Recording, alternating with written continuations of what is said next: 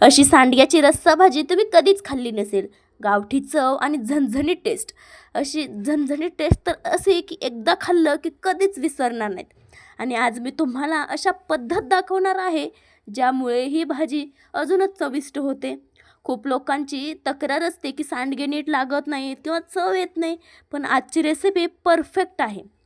तर hi hello नमस्कार, मी क्रांती आणि आपल्या चॅनलवर तुमचं खूप खूप स्वागत आहे.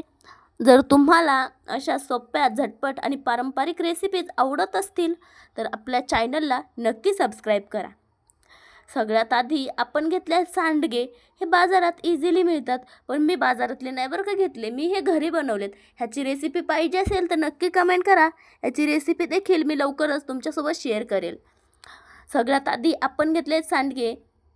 आता हे सांडगे छान असे भाजून घ्यायचे आहेत आपल्याला. त्यासाठी पॅनमध्ये थोडंसं तेल टाकायचं आणि तेलामध्ये छान खरपूस असे हे सांडगे आपल्याला भाजून घ्यायचे आहेत. तुम्ही व्हिडिओमध्ये दिसत आहे त्याप्रमाणे हलकासा रंग बदलेपर्यंत आपण हे सांडगे भाजून घेऊ. आता आपण 4-5 लसणाच्या पाकळ्या इथे घातलेल्या आहेत. त्यामध्ये 2 लाल मिरच्या घातलेल्या आहेत. लाल मिरच्या कुठेही शोधायची गरज नाही, आपल्या हिरवी मिरची जी असते तीच पिकलेली घ्यायची. त्यामध्ये घालायचं टोमॅटो आणि छान अशी टोमॅटोची प्युरी आपल्याला इथे बनवून घ्यायची आहे. आणि मग आपण कढई घेतली होती ना, तर त्याच कढईमध्ये तेल घालायचं आणि त्याच कढईमध्ये आपल्याला फोडणी टाकायची. तर आपण यासाठी काय काय सामान घेतले मी ते तुम्हाला सांगून घेते. आपण घेतलेले कांदा, टोमॅटो आणि काही बेसिक मसाले आहेत. आता बघा, याआधी आपण खडे मसाले घालायचे. खडे मसाल्यांमध्ये माझ्याकडे जास्त काही नाही आहे, त्यामुळे मी फक्त तेजपत्ता घालते. सांडगे हे ट्रॅडिशनली उन्हात वाळवून बनवले जातात, त्यामुळे त्यांना एक वेगळी चव असते. जर तुम्ही गावाकडचे असाल तर तुम्हाला ही चव नक्कीच माहीत असेल. आता आपण यामध्ये घालूयात कांदा. हां, स्टेप खूप इम्पॉर्टंट आहे. सांडगे थोडेसे भाजले की त्यांची चव अजूनच वाढते. ही खरं तर ट्रिक आहे असं समजा. आता त्यात आपल्याला कांदा घालून छान असा कांदा गोल्डन रंगावर परतवून घ्यायचा आहे. कांदा जितका चांगला परतला तितकी ग्रेव्ही रिच लागते, म्हणजेच ग्रेव्हीची टेस्ट अप्रतिम होते. आता त्यामध्ये थोडेसे जिरे घालायचे, हवं तर मोहरी देखील घालू शकता. आणि छान असं मोहरी, जिरे, कांदा परतवून घ्यायचा. आता तुम्ही पाहू शकता कांद्याचा रंग आता हलकासा गुलाबी व्हायला सुरुवात झालेली आहे. आता कांदा जितका परतला आहे तितकंच आपल्याला टोमॅटो देखील परतणं महत्त्वाचं आहे. त्यामुळे आता टोमॅटोची ग्रेव्ही घालून सगळं छान असं मिक्स करून घ्यायचं आहे. टोमॅटोची ग्रेव्ही छान परतली पाहिजे बरं का. आणि टोमॅटोच्या ग्रेव्हीला छान तेल देखील सुटलं पाहिजे. आता महत्त्वाची स्टेप म्हणजे इथे ना तुम्ही थोडंसं पाणी घालून ग्रेव्ही तयार करून घेऊ शकता. तुमची जर ग्रेव्ही छान झाली नाही तर तुम्ही पाणी घालू शकता.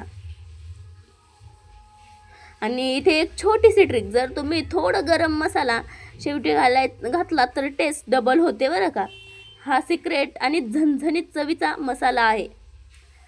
आता आपण यामध्ये थोडासा किचन किंग मसाला घालून घेऊ, थोडीशी धनिया पावडर घालून घेऊ, थोडासा चवीपुरता घरगुती लाल मसाला आणि घरगुती काळा मसाला. दोन्ही मसाले घरी बनवलेले आहेत बरं का. आणि आता छान असं हे परतवून घेऊयात.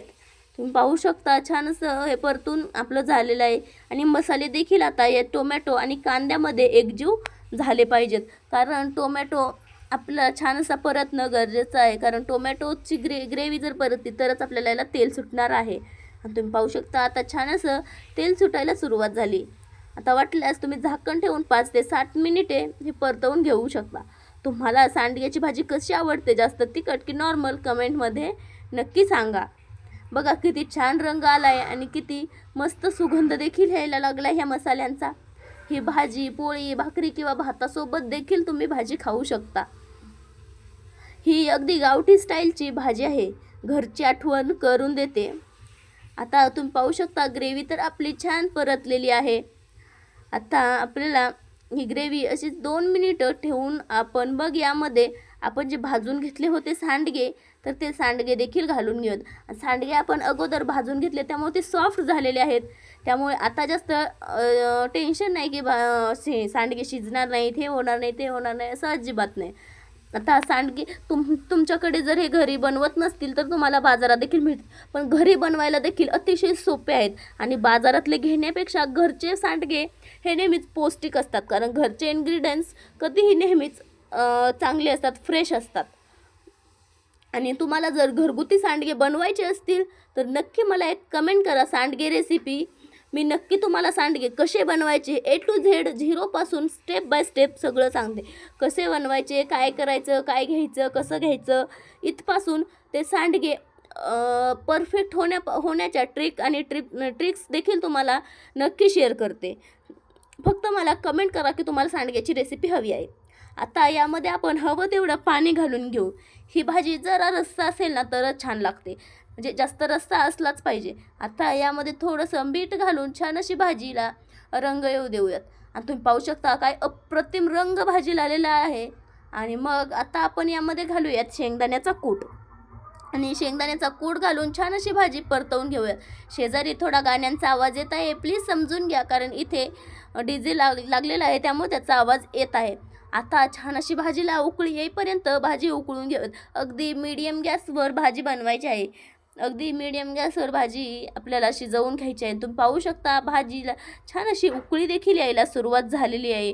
किती छान कलर देखील आला आहे. जर तुम्हाला ही रेसिपी आवडली असेल तर व्हिडिओला लाईक करा, चॅनल सबस्क्राईब करायला अजिबात विसरू नका. आणि पुढच्या अशाच कोणत्या रेसिपीज तुम्हाला पाहायला आवडतील ते देखील कमेंट करून सांगा. चला भेटूयात अशाच नवनवीन झणझणीत रेसिपीसोबत उद्या. तोपर्यंत बाय बाय. मस्त राहा, मजेत राहा आणि महत्त्वाचं म्हणजे खात राहा.